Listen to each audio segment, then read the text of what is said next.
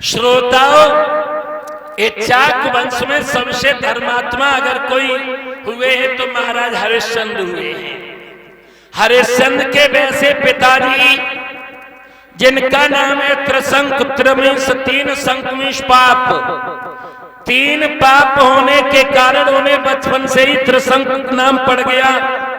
त्रिशंक के बीच में पहले कोई संतान नहीं।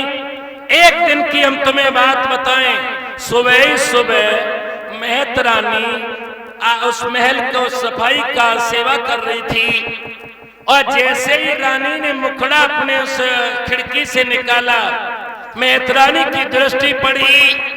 महत रानी सुबह सुबह सोचने लगी, मैंने निपुतनी का मुखड़ा देखा है, हो सकता है आज मुझे सारे दिन भोजन ना मिले। ऐसे उसने शब्दों का उच्चारण किया, मेरे घर में हो सकता कोई अप्रिय घटना हो जाए। ये धीरे धीरे बातें रानी के कानों तक पहुंच गई।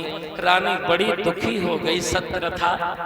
शत्रथा सोचने लगी, इसमें मेरा क्या दोष है, भगवान ने मुझे संतान नहीं दी, कोई न कोई जन्म का दोष तो जरूर होगा, लेकिन आज प्रजा के लोग हमसे ऐसी घृणा रखते हैं। आज अपने प्रीतम को सारी दिल की बात बताऊंगी और अगर संतान नहीं हुई तो मैं अपने प्राणों को त्याग दूंगी। श्रोताओं, महाराज यही त्रिशंक को, जिनका शुद्ध नाम है सत्यवनत्र, सत्यव्रत भी इन्हें कहते हैं। श्रोताओं, त्रिशंक जब सारी धर करके महल से कचहरी के लिए चले हैं, रानी सत्यव्रता ने चौमुखी दीपक के थार को लेकर के अपने श्रीमन की आरती की और आरती करते हुए आंखों में आंसू झलकने लगे। राजा त्रिशंक कहने लगे, महारानी तुम रोजाना हमें बहुत प्रसन्न चित्त नजर आती थी, हम तुम्हारे चेहरे की खुशी को देख करके अपनी कचहरी में न्याय अन्याय का फैसला कर लेते थे। आज लगता है कि मेरी प्राण प्रिय को कोई पीड़ा है। क्या बात है, तुम्हारी आंखों में आंसू कैसे हैं? सोई अपने श्रीमन की कलाई पकड़ ली और कलाई पकड़ करके मेरे भक्तों आज रानी ने पलंग पर बिठा लिया है और बिठा करके अपने श्रीमन से एक बात कहने लगी है, भगवान मेरी बात सुनो।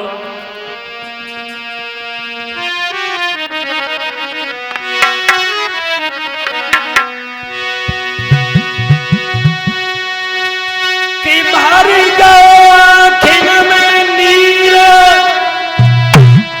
और बंधे नहीं धीर, रोई गई रानी। मेरे भाई अनाई संतान सैया हुई रही है बदनामी।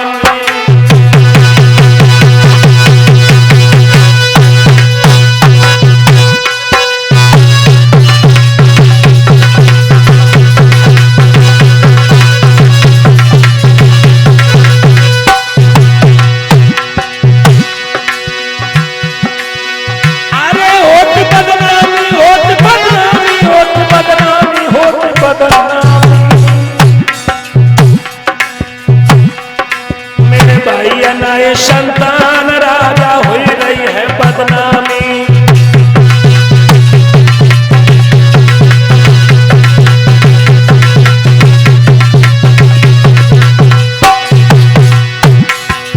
महाराज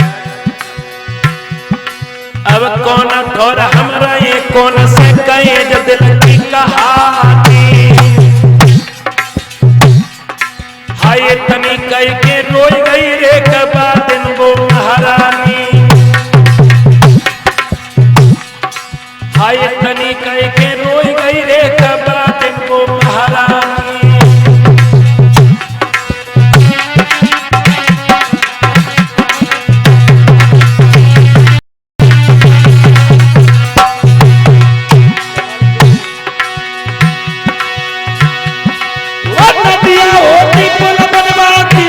समुद्र पाट हो जाए, पहला हो तो नथवा की बूढ़ो बैलन ना हो जाए। अब पीतल होती ताई बदलाती बैलन कोख न बदली जाए। अब पाती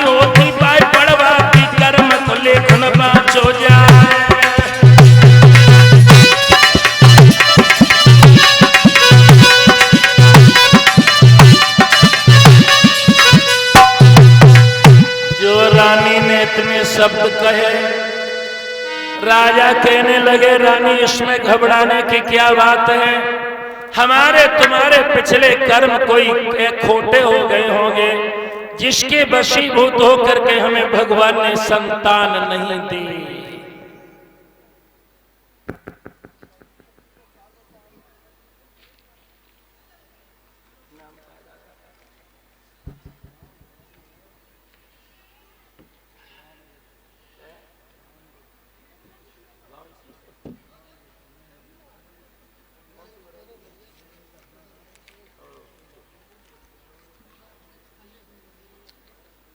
स्वामी जी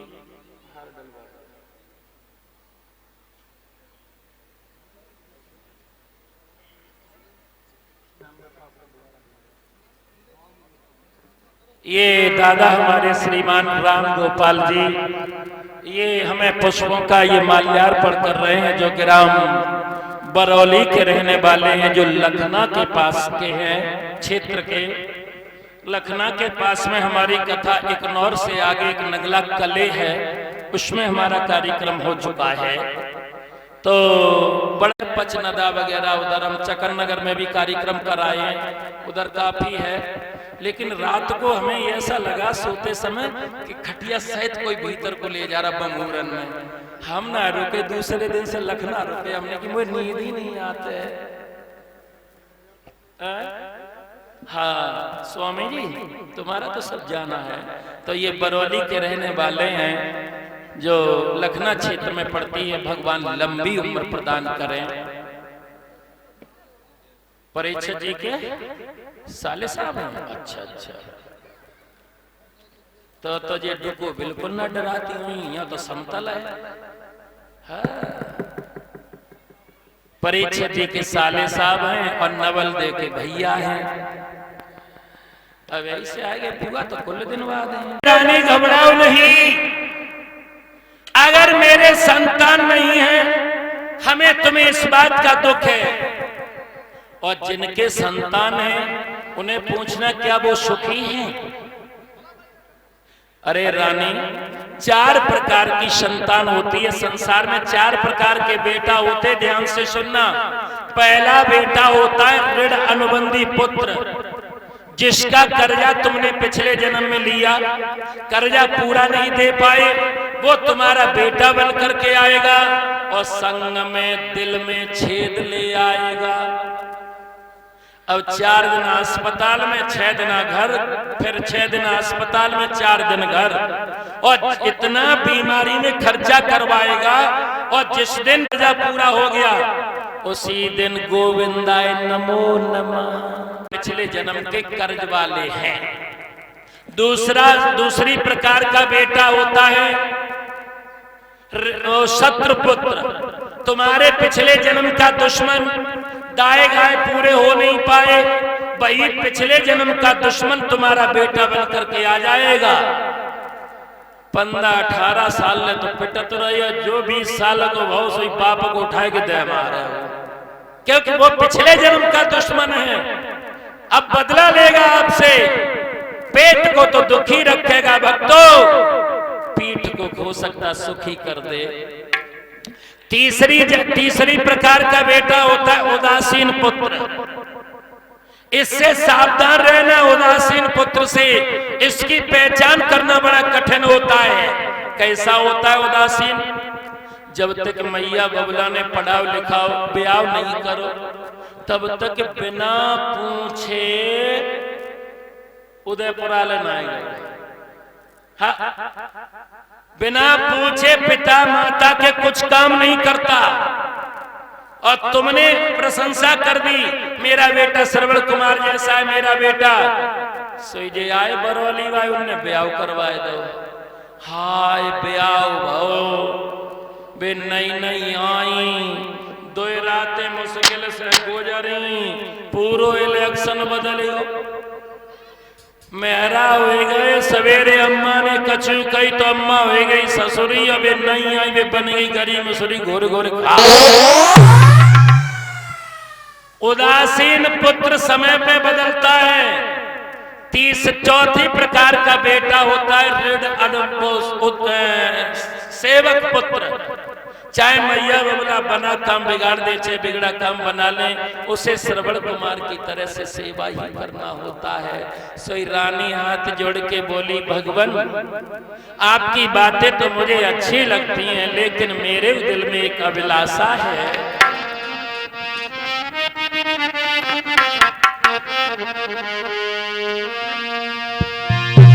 कि गोद होता जो मेरे खिलौना, फिर तो किस्मत बदल मेरी जाती।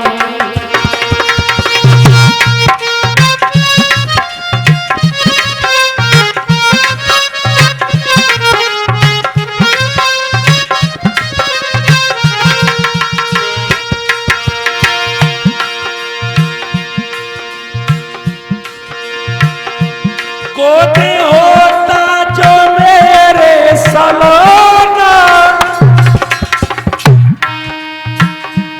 फिर तो किस्मत बदल मेरी जाती। गजरा करती उसी की अखियन में, मैं तो माथे पे टीका लगाती।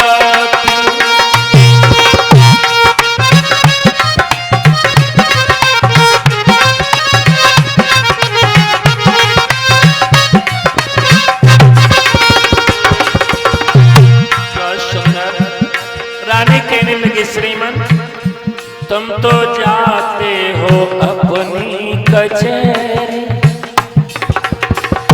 मैं तो घुट घुट के दिन को बिताती। माता हो और माता की कोख ना चले, इससे बड़ा संसार में कोई दुख नहीं है। माता की कोख चलना बहुत जरूरी है। जिसके घर में संतान नहीं होती उनके जीवन बड़े नीरस हो जाते हैं। तुम तो जाते हो अपनी कचहरी, आप तो कचहरी में चले जाते महाराज, वहां पर काफी जनता आती है, आपका दिन निकल जाता, लेकिन मुझे पूछो इस अकेले आंगन में। तुम तो जाते हो अपनी कचहरी, मैं तो घुट घुट के दिन को बिताती। किसे दिल की सुनाऊं कहानी, किसे दिल की सुनाऊं कहानी, मौत क्यों न मेरी है आती।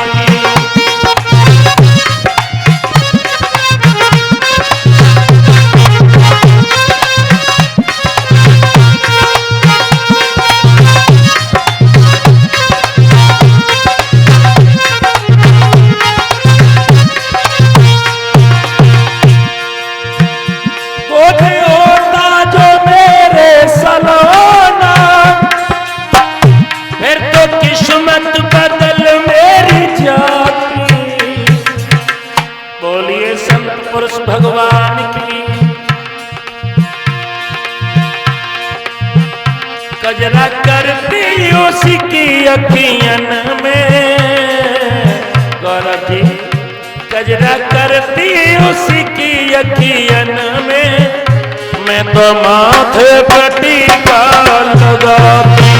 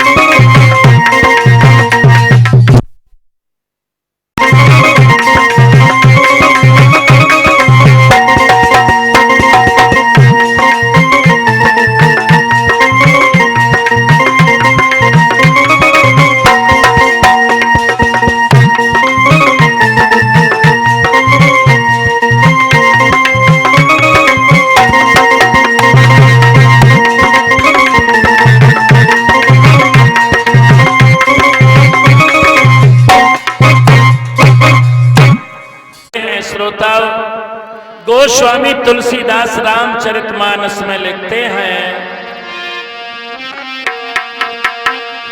कि जासुराज प्रिय प्रजा दुखारी और सोन पयावसी नरक अधिकारी।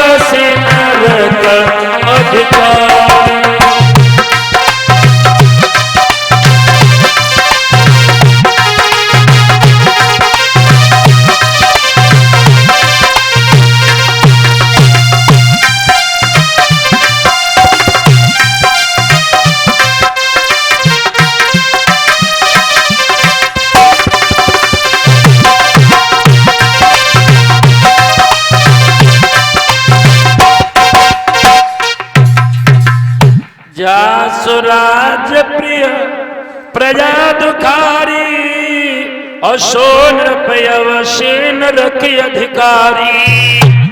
राजा त्रिशंकु ने घोड़े की सवारी कर ली।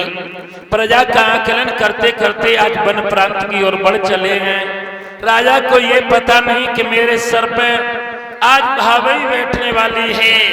आगे राजा ने जब वन में अश्व बढ़ाया, गजब हो गया श्रोताओं। अरे ओए घोड़ा पे सवार करी जंगल की तैयारी,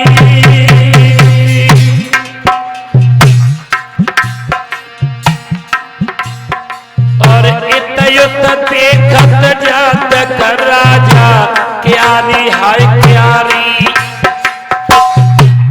कभी राजा पूरब दिशा में निहारते तो खिले खिले फूल नजर आते हैं, कभी पश्चिम में निहारते तो हरे भरे खेत नजर आते हैं। अरे नजर जब आगे को डाली,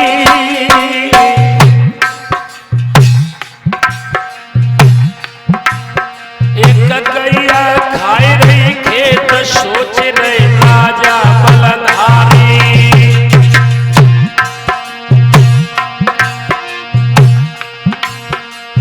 राजा त्रिशंकु ने देखा कि हरे भरे फसल को गाय चौपट कर रही है। भला अगर मैं निकालूंगा तो मुझे पाप लग जाएगा,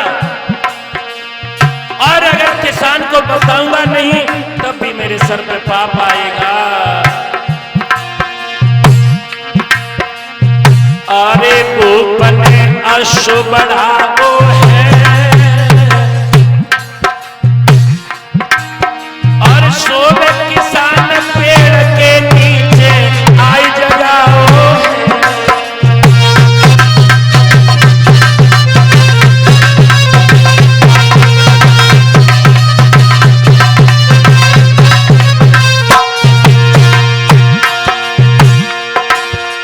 अरे हरि हर बोले मेरे भाई, और कर्म लेख नहीं मिटे करो जय लाख चतुराई।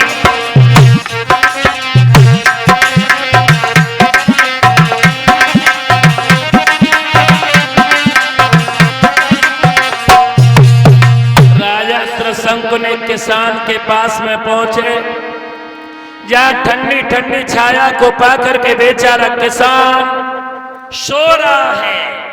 और जैसे ही किसान सो रहा है, राजा ने सोचा अब ये और समस्या जटिल हो गई, सोते हुए किसान को भी जगाऊंगा ये भी पाप है, लेकिन अब करें क्या, इस बेचारे की फसल नष्ट हो जाएगी। किसान भैया जाग जाओ, तुम जिस खेत की रखवाली करने के लिए आए थे वो फसल चौपट एक गाय कर रही है, जाग जाओ, जाग जाओ।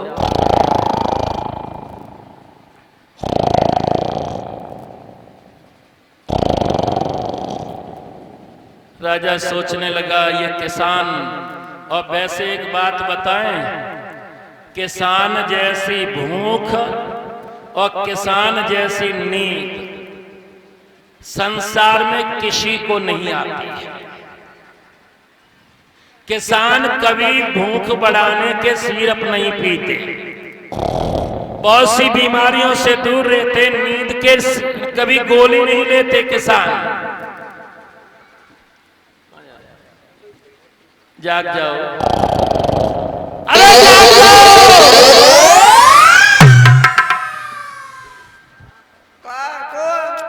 आगे दृष्टि डालो। और किसान ने जैसे ही दृष्टि डाली तो हाथ में लाठी ली और गाय के पास में जाकर के देखूला में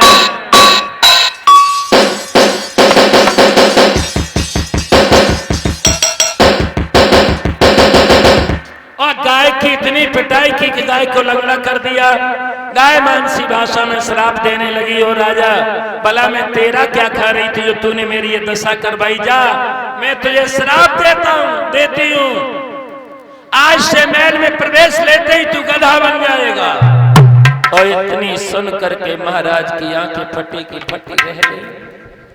महाराज त्रिशंक वहीं से लौट करके जब आए हैं, रानी सत्यवती का भक्तों एक नियम था, जब तक उसके पति बाहर प्रचालन करके प्रवेश दिलाती, आज रानी लोटा लिए जल का खड़ी है, मुख्य दरवाजे पर श्रीमन का आगमन हुआ। ना तो घोड़े की सवारी है, ना घोड़े की लगाम हाथ में लिए हैं, धीरे धीरे मंद गति से अश्वारा है। महल के 10 कदम ही दूर महाराज त्रिशंक बैठ गए, और जैसे ही राजा त्रिशंक 10 कदम दूर बैठे हैं, रानी को बड़ी चिंता हुई कि इनके चेहरे पर ये उदासी क्यों है। रानी समझ गई कि आज मेरे पिया पर कोई न कोई संकट आ बना है। वैसे ये हमेशा बहुत खुशी से महल में आते थे, लेकिन क्या हुआ,